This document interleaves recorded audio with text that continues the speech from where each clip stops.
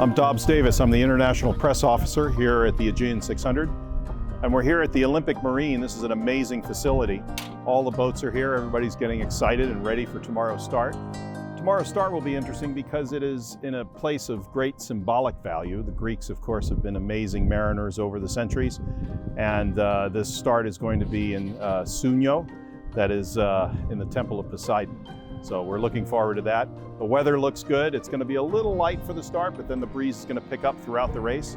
And this race is an amazing course. It's going through all the islands here in the southern part of the Aegean.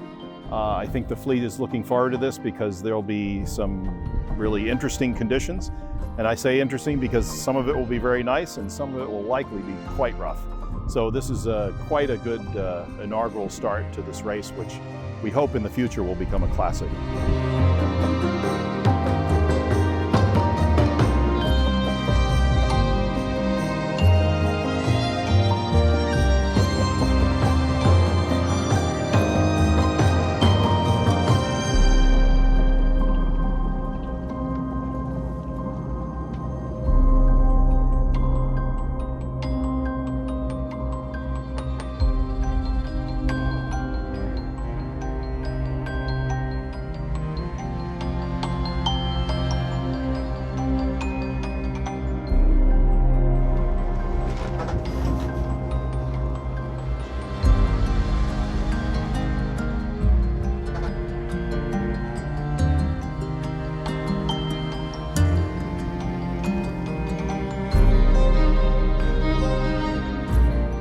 This is the first edition of the AEGEAN 600.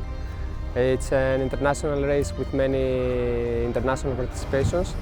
I believe it's a great chance for every sailor to compete in this game, to see the Aegean Sea and see all the Greek islands in a non-stop race.